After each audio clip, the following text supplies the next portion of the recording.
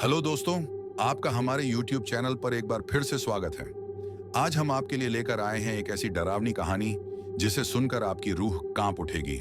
तो बैठ जाइए, लाइट्स ऑफ कर लीजिए और तैयार हो जाइए डर का एहसास करने के लिए।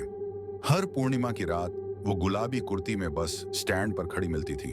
कोई उसे पहचान नहीं पाता, कोई उससे बात नहीं करता, लेकिन हर गुजरने वाले को लगता जैसे उसने कहीं ना कहीं कभी ना कभी उसे देखा है। फिर एक रात एक लड़के ने हिम्मत की और उसके करीब जाकर बस इतना ही पूछा, तुम यहां हर रात क्यों खड़ी रहती हो? लड़की ने मुस्कुराकर जवाब दिया, क्योंकि मेरी बस अब भी नहीं आई, पिछले 100 सालों से। अगली सुबह लड़के की लाश ठीक उसी जगह पड़ी थी जहां वो लड़की खड़ी रहती थी। आगे क्या हुआ जानने के लिए सुनिए पूरी कहानी। रात के 11:45 हुए थे। मैं हमेशा की तरह अपनी आईटी कंपनी की नाइट शिफ्ट खत्म करके बस स्टैंड की तरफ बढ़ रहा था। ठंडी हवाएं पूरे माहौल को भयावह बना रही थीं। हर जगह सन्नाटा था, सिवाय सड़क के किनारे लगे पेड़ों के जो हवा में हिल रहे थे।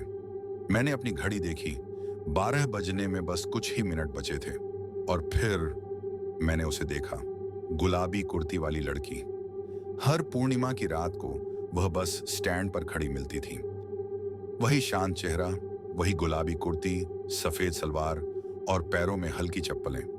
उसकी लंबी काली लहराती जुल्फें ठंडी हवा में उड़ रही थीं।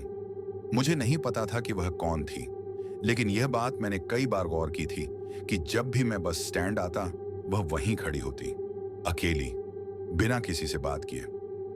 कौन है ये लड़की? उस रात मैंने हिम्मत करके उससे बात करने का फैसला किया। मैं धीरे धीरे उसकी ओर बढ़ा। एक्सक्यूज मी, मैंने हल्की आवाज में कहा। वह चौंकी नहीं। उसने धीरे से अपनी बड़ी बड़ी गहरी आंखों से मेरी तरफ देखा। आप यहां हर पूर्णिमा की रात आती हैं? मैंने सवाल किया। वह कुछ सेकंड तक चुप रही, फिर उसने धीरे से मुस्कुराया। हाँ। उसकी आवाज बहुत हल्की लेकिन ठंडी थी। क्यों? मैंने उत्सुकता से पूछा। अब की बार वह मुस्कुराई नहीं। तुम्हें नहीं पता क्या? उसने मेरी तरफ देखा और बोली, मैं बस का इंतजार कर रही हूं। इस समय इस बस स्टैंड से इतनी रात में कोई बस नहीं जाती। वह कुछ नहीं बोली, सिर्फ शांत खड़ी रही। फिर बस स्टैंड की लाइट झपकने लगी। एक सिहरन मेरे पूरे शरीर में दौड़ गई। जब मैंने दोबारा उसकी तरफ देखा, वह वहां नहीं थी। वह अचानक गायब हो चुकी थी। मैंने चारों तरफ देखा, वहां कोई नहीं था, न बस न कोई राहगीर। यह कैसे हो सकता है? अगले दिन मैं अपने दोस्त रवि से मिला। भाई, मैंने कल रात कुछ अजीब देखा। रवि ने मेरी ओर देखा और पूछा, क्या? बस स्टैंड पर एक लड़की को देखा, लेकिन जब मैंने उससे बात की तो वह अचानक गायब हो गई। रवि का चेहरा एकदम सख्त हो गया। कैसी लड़की? गुलाबी कुर्ती वाली। रवि के चेहरे का रंग उड़ गया। क्या हुआ रवि? मैंने घबरा कर पूछा। वह कुछ देर तक चुप रहा, फिर उसने धीरे से कहा, अर्जुन, क्या तुम्हें पता है उस बस स्टैंड की एक भयानक कहानी है? रवि का चेहरा एकदम सख्त था, उसकी आंखों में डर झलक रहा था। रवि, तुझे क्या पता है इस लड़की के बारे में? मैंने बेचैनी से पूछा। रवि ने एक लंबी सांस ली और धीमी आवाज में कहा, जिस लड़की को तूने देखा वो जिंदा नहीं है अर्जुन। मेरा दिल धक से रह गया। क्या मतलब? रवि ने अपनी गर्दन इधर उधर घुमाई, मानो कोई सुन न रहा हो। फिर उसने कहना शुरू किया, करीब 4 साल पहले इस बस स्टैंड पर एक लड़की की मौत हो गई थी। मौत? मैंने घबरा कर पूछा। हाँ, उसका नाम प्रियंका था। हर रोज वो इसी बस स्टैंड पर अपनी आखिरी बस पकड़ती थी, लेकिन एक रात, पूर्णिमा की रात, वो आखिरी बस का इंतजार कर रही थी। रवि की आवाज में डर था। फिर? मैंने उत्सुकता से पूछा। रात के करीब 12:30 बज चुके थे और वहां कोई नहीं था। अचानक एक काली कार आई और उसके पास रुकी। कार के अंदर 3 आदमी बैठे थे। 3 आदमी? हाँ। उन्होंने प्रियंका को जबरदस्ती कार में खींचने की कोशिश की। वो चिल्लाई, मदद मांगी, लेकिन सड़क पर कोई नहीं था। फिर क्या हुआ? रवि की आंखों में एक अजीब सी दहशत थी। उन्होंने उसका गला घोंट दिया और उसी बस स्टैंड के पीछे उसकी लाश फेंक दी। मेरा शरीर सिहर उठा। क्या क्या पुलिस को पता चला? हाँ, लेकिन उन आदमियों का कोई सुराग नहीं मिला। वे कभी पकड़े नहीं गए। और तभी से हर पूर्णिमा की रात प्रियंका उसी बस स्टैंड पर दिखती है, बस का इंतजार करती हुई। मेरे हाथ पैर सुन्न हो गए। तो जो लड़की मैंने देखी वो एक आत्मा थी? रवि ने धीरे से सिर हिलाया। हाँ अर्जुन, गुलाबी कुर्ती वाली लड़की एक प्रेत है। उस रात मैं बहुत सोने की कोशिश कर रहा था, लेकिन हर बार प्रियंका का चेहरा मेरी आंखों के सामने आ जाता। क्या सच में मैंने किसी आत्मा को देखा? बार बार मेरे कानों में उसकी आवाज गूंज रही थी। मैं बस का इंतजार कर रही हूँ। मैंने तय किया कि अगली पूर्णिमा की रात मैं फिर से बस स्टैंड जाऊंगा। मैं खुद देखना चाहता था कि ये सब सच है या सिर्फ एक अफवाह। ठीक 1 महीने बाद फिर से पूर्णिमा की रात थी। रात के 11:50 हुए थे। मैं धीरे धीरे बस स्टैंड की तरफ बढ़ा। चारों तरफ अजीब सा सन्नाटा था। पेड़ के पत्ते भी बिना हवा के कांप रहे थे। मैंने दूर से बस स्टैंड की तरफ देखा और वो वहां खड़ी थी। गुलाबी कुर्ती, लंबी काली जुल्फें, ठंडी आंखें, प्रियंका। मेरा दिल जोरों से धड़कने लगा। मैंने हिम्मत जुटाई और धीरे धीरे उसकी तरफ बढ़ा। प्रियंका? इस बार उसने मेरी तरफ धीरे से गर्दन घुमाई। उसकी आंखें गहरी थीं, बहुत गहरी। तुम फिर आ गए? उसने धीरे से कहा। हाँ। मेरी आवाज कांप रही थी। क्यों? मैं सच जानना चाहता हूं। प्रियंका कुछ देर चुप रही, फिर उसने कहा, क्या तुम मेरी मदद करोगे? मेरे रोंगटे खड़े हो गए। कैसी मदद? प्रियंका ने मेरी आंखों में देखा और धीरे से कहा, मुझे इंसाफ दिला सकते हो? प्रियंका की आवाज में एक गहरी याचना थी, जैसे वह सदियों से किसी की मदद चाह रही हो। मुझे इंसाफ दिला सकते हो? मुझे लगा मेरी रगों में खून जम गया हो। कैसे? मैंने डरते हुए पूछा। प्रियंका ने एक गहरी सांस ली। जो लोग मुझे मारकर चले गए वे आज भी जिंदा हैं, खुशहाल जिंदगी जी रहे हैं। उन्हें मेरी मौत का कोई पछतावा नहीं, कोई डर नहीं। उसकी आंखों में गुस्सा उभर आया था। मैं उन्हें नहीं छोड़ सकती अर्जुन, लेकिन मैं क्या कर सकता हूं? प्रियंका ने मेरी आंखों में देखा और कहा, तुम मेरे लिए उन्हें ढूंढ सकते हो। मेरा दिल धड़क उठा। पर यह सब कैसे करूंगा? प्रियंका ने धीरे से हाथ उठाया और तभी बस स्टैंड की सारी लाइटें झपकने लगीं। एक अजीब सी ठंडी हवा चलने लगी। मेरा शरीर कांपने लगा। प्रियंका ने अपनी हथेली खोली। उसमें एक पुरानी जली हुई डायरी थी।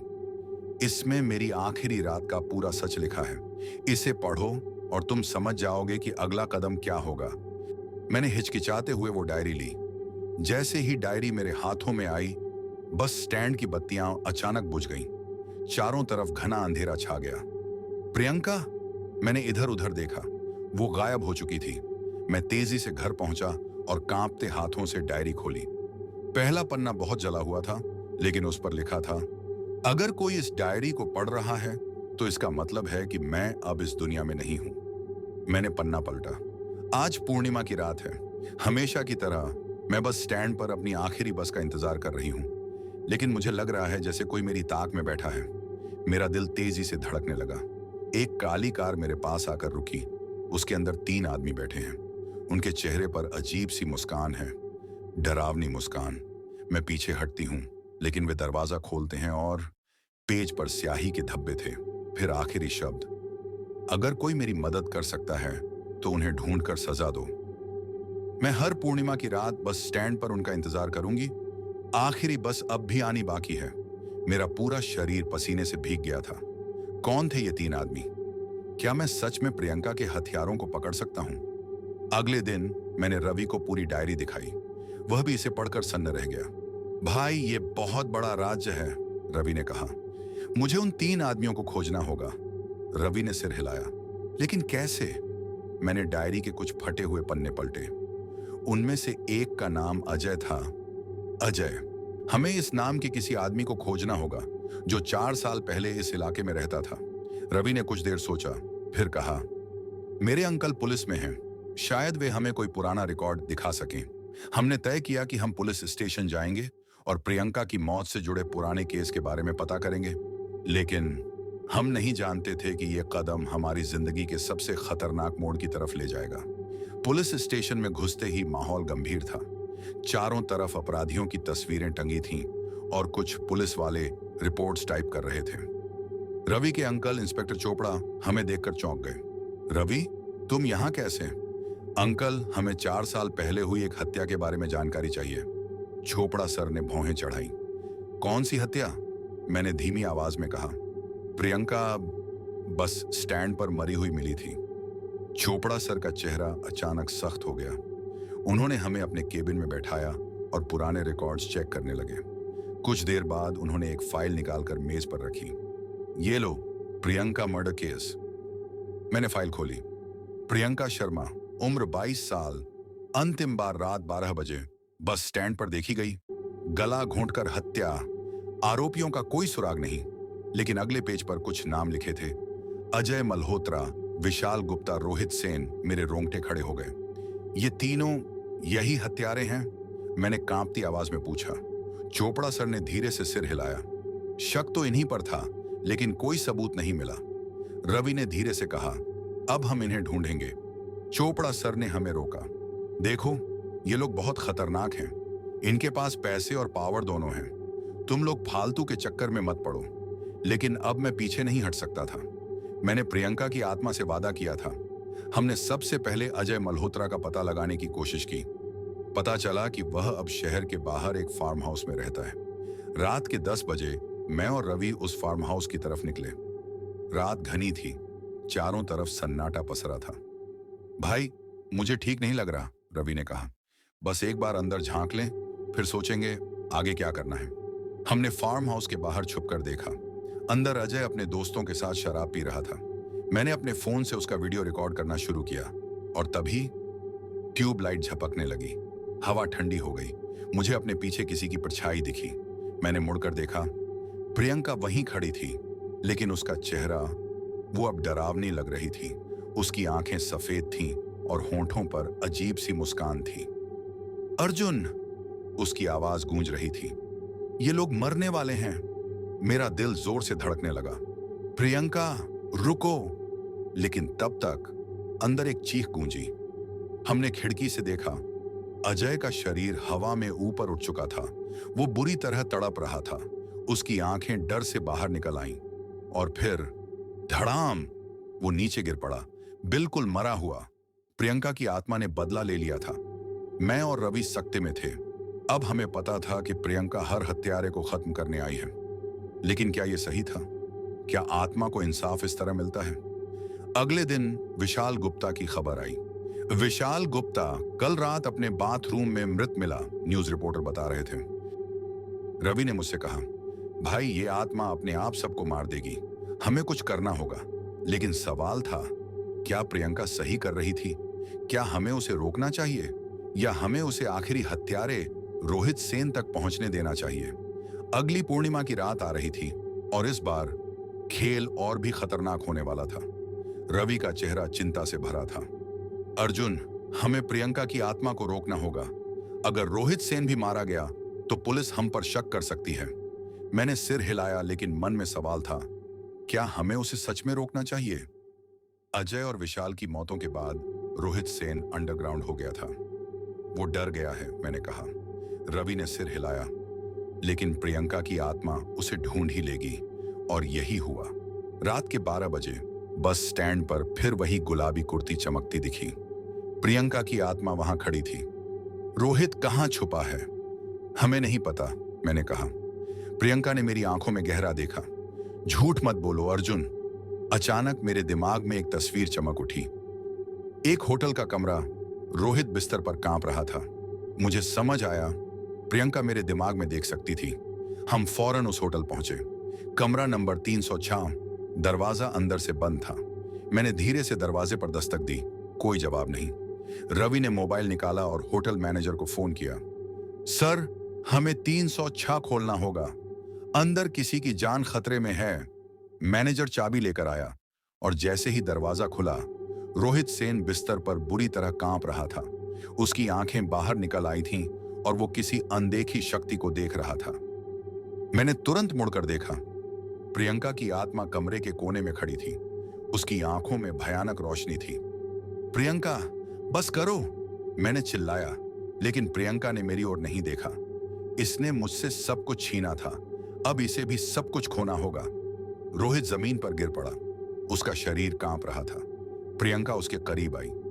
अब तुम भी वैसे ही तड़पोगे जैसे मैंने तड़पा था। लेकिन तभी मैंने हिम्मत करके प्रियंका की ओर देखा और कहा, अगर तुम इसे मार दोगी तो तुम्हारी आत्मा को कभी शांति नहीं मिलेगी। प्रियंका ने पहली बार मेरी तरफ देखा। उसकी आंखों में गुस्सा और दर्द दोनों थे। शांति वो मुझे कभी नहीं मिलेगी अर्जुन। मैंने उसकी आंखों में गहराई से देखा। अगर तुमने इसे मार दिया तो तुम भी एक हथियारी बन जाओगी। क्या तुम चाहती हो कि तुम्हारी कहानी भी एक खूनी बदले की कहानी बन जाए? प्रियंका रुकी। उसकी आंखों से आंसू बहने लगे। मुझे बहुत दर्द हुआ था अर्जुन, मुझे पता है, लेकिन बदला लेने से तुम्हारा दर्द खत्म नहीं होगा। प्रियंका ने धीरे से हाथ उठाया और रोहित को देखा। अगर मैंने इसे नहीं मारा तो ये जिंदा रहकर क्या करेगा? मैंने कहा, हम इसे पुलिस के हवाले कर देंगे, तेरा इंसाफ कानूनी तरीके से होगा। प्रियंका कुछ देर तक देखती रही, फिर एक गहरी सांस ली और धीरे धीरे उसकी आत्मा फीकी पड़ने लगी। अगर ऐसा हो सकता है तो मैं जाने के लिए तैयार हूं। और देखते ही देखते प्रियंका की आत्मा गायब हो गई। रोहित को पुलिस ने गिरफ्तार कर लिया। अजय और विशाल की मौतों की जांच चल रही थी, लेकिन कोई साबित नहीं कर सका कि ये हत्याएं कैसे हुईं। बस स्टैंड की वह गुलाबी कुर्ती वाली लड़की अब दोबारा कभी नहीं दिखी। एक दिन मैं उसी बस स्टैंड पर खड़ा था। पूर्णिमा की रात थी, हवा हल्की हल्की चल रही थी। मुझे लगा जैसे प्रियंका मेरे पास ही कहीं हो। एक हल्की सी फुसफुसाहट आई, धन्यवाद अर्जुन। और फिर बस स्टैंड पर आखिरी बस आकर रुकी। दरवाजा खुला, लेकिन इस बार प्रियंका की आत्मा उसमें नहीं चढ़ी, क्योंकि अब वह मुक्त हो चुकी थी। तो दोस्तों, आपको आज की यह कहानी कैसी लगी? अपनी राय हमें कमेंट में जरूर बताएं। अगर आपको ये कहानी पसंद आई हो तो वीडियो को लाइक और शेयर करना बिल्कुल ना भूलें। और ऐसी ही और भी खौफनाक और रहस्यमयी कहानियों के लिए हमारे चैनल को सब्सक्राइब कर लें।